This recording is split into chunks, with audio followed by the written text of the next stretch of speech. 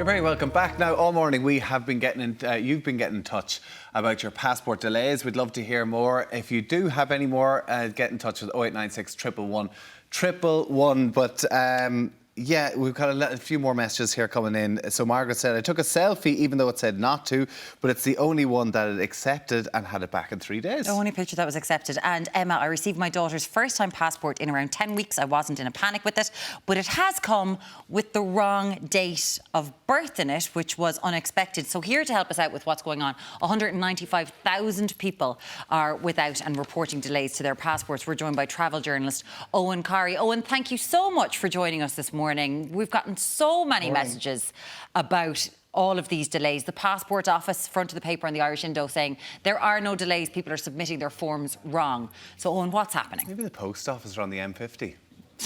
Okay, they're about just short of 200 applications in the system. That's a huge amount. Put that in a context, May is always peak for passport applications. Everyone wakes up in May and says, "Oh, my passport's out of date." And to go back to pre-COVID, May would have had 96,000, April would have had 91,000, and June 81,000. They're the peak months. Put that into 2022, we have nearly 200,000 in the system, up from 170,000 only 3 weeks ago. One law for online and one law for first-timers. The online, as some of your viewers have been reporting, is pretty efficient. It's about 2 weeks for an adult passport renewal. It's 3 weeks for a child renewal. And for the first-time applicants, they say they have it down to about 6 weeks. That's about 8 weeks at the beginning of the month now. So they've shaved 2 weeks off that. As you alluded to, Muireann, there is a very high proportion of returnees, 45% in some places, in some counties, of first-time applicants are being returned. Photograph, a big problem. Improperly witnessed documents is another. So a lot of the complaints that are coming in and people saying that this is taking an unduly long time, it's when the documents are returned. And here's the rub. When you post your application is not when the countdown for that 6 weeks for the first time applications start. It's when they open the documents and when they start processing it. And one of the big calls has been that they should do the check for the documentation immediately it lands and not wait till they reach it on the in-tray. Okay, right. Okay. So you're saying that, well, really you're saying if you can, do it online. Because if you do it online, you're talking about a couple of days, where if you actually post in the application, it could be weeks before it's even opened. Realistically, Alan, most of the people are doing it online. Renewals are a pretty straightforward process. It's the first time, and that means new babies. Yeah. But there is another category that's totally due to COVID, and that is the people whose passports are expired. Now, remember, expired not by more than 5 years. It means that the date ran out in 2016 or 2017. And now you go back to renew online. And because it's gone for 5 years, you have to start the process as a first-time applicant.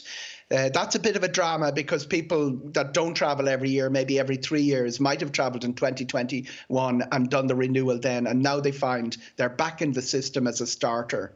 Now, I understand that people will be very stressed with this, and I am stressed. My daughter is still waiting for her passport, but there's no need to be calling me Alan Eoghan this morning. I'm really sorry, Tommy. I mean, stress has got to me this morning, and you know. Just as well didn't have the wrong name in the passport application. I mean, whatever, we put the wrong picture onto the profile. All right. Alan's just walked in. Alan's walking in going, excuse me. Eoghan, can I just ask you, because as we've mentioned there, we've got people saying that the wrong date of birth and all this kind of stuff is coming back. You mentioned it being improperly witnessed. So this is when you go to your Garda station to get the guard to sign it. So are they signing in the wrong box? What's going on there? There's a load of different things happening. There are people, people with putting today's date in instead of the date of birth. That actually is quite a common thing where it's a document. We all panic a little bit when we get a lot of documents. We tend to think we're back doing the leaving cert again, and sometimes something gets filled in the wrong box. And the photographs is also very interesting, Murren, because you get a facility online to upload a photograph, and it says it's okay. And you send your online application in, and it says, "Oh no, the photograph's not okay." You had a viewer there who had sent in lots of photographs and took a selfie on the phone. It seems to be pretty random, but this is very important about our passports. It's a very valuable, powerful document. It's one of the half dozen most powerful passports in the world. We get into 187 countries without a visa, and we have to be vigilant about the issuing of those passports, particularly with children, with all the child trafficking issues at the moment. So it does take a legally trained eye to look over the photograph after it's been submitted. It can't be done by computer. So that's where photographs are, people are being told that their photograph is not up to standard. This is a very powerful legal document, one of the most valuable in the world, and they have to, no matter what the queue is, they have to be very, very careful about the issuance of it. Very interesting, because that's the situation we're in at the minute. Oh, and I have to ask you though, I saw Darragh O'Brien tweeting at the weekend about the queues in Dublin Airport. Have you heard any more update on what's going on in Dublin Airport? Nothing new. Darragh O'Brien's tweet follows that of tens of thousands, hundreds of thousands of passengers. We have an ongoing issue that it's almost hit or miss with the security queue. At the moment, it's 30 minutes in one terminal, 20 in the other, but it can creep up to about that hour. Yeah. We haven't seen it go beyond the hour. Even the fast track has gone up to about 30 minutes.